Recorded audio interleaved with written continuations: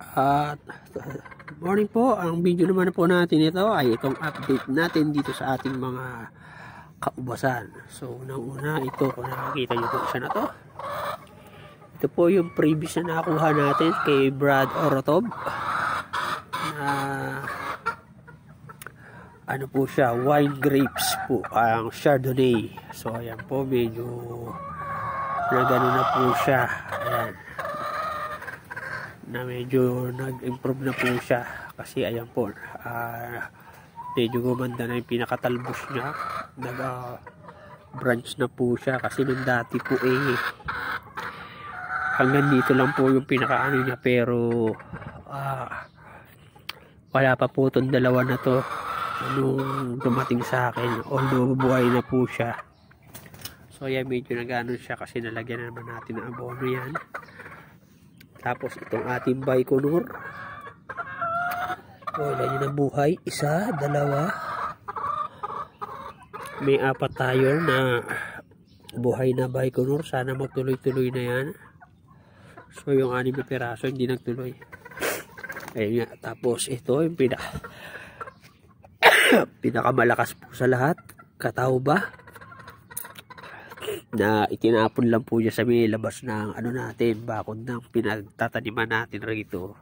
Ginawa ko, pinagpuputol ko po siya, tapos tinuso ko lang po dyan lahat. So sa lahat po yan, parang 15 ata pieces po yan. Dalawa lang po yung hindi nagtuloy. Ito, dalawa na to. The rest po ay buhay lahat. So ano ata yan? 2, 4, 6, 8, 10, 12, 14, 17 pieces. Out of 17 pieces, dalawa lang po yung patay. So lahat po ayan, buhay. Plano po kasi natin rito ay gagawin natin rootstock once na nagsilago na po itong mga ano natin ito, ibang variety. Kasi sabi nila matibay daw po ito sa sakit, so magandang gawin rootstock.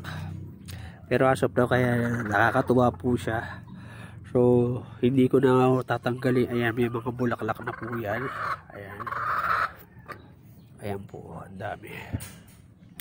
So gagawin ko, pababayaan ko na lang po yan, yung mga bulaklak na yan, kung mabuhay sila o hindi. Kasi unang-una, hindi naman po natin to ang plano po kasi natin dito ay hindi naman para i-propagate siya na talagang pababungahin.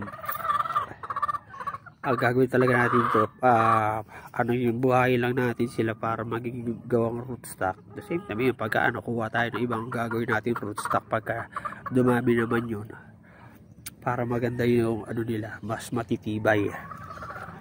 So ayan, pabayaan lang natin yung bunga niyan. So hindi katulad nung, kasi dapat po daw sabi pagka ganito na cuttings tapos nagsanga na nabuhay, para mas mabilis umano yan, tinatanggal itong mga bulaklak.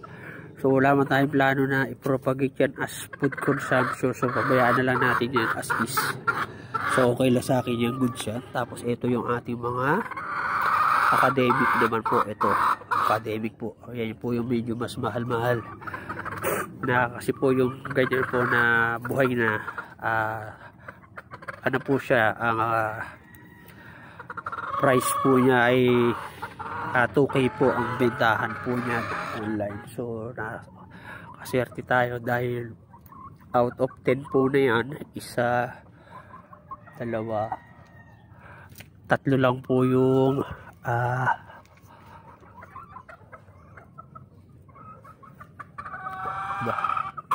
isa, dalawa,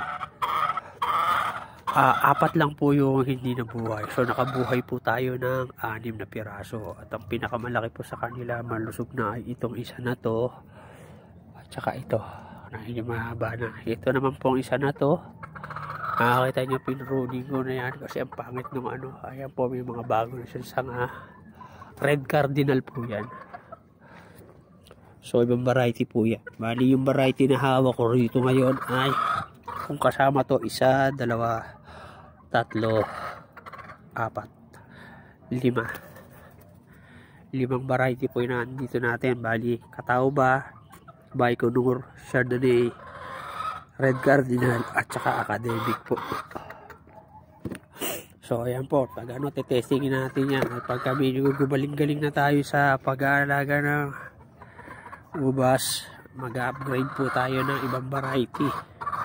So pagka ano po, update ko po kasi. So ayan na lang muna po ang ano natin dito sa mga alaga akong mga ubas. Sana po ay maging successful.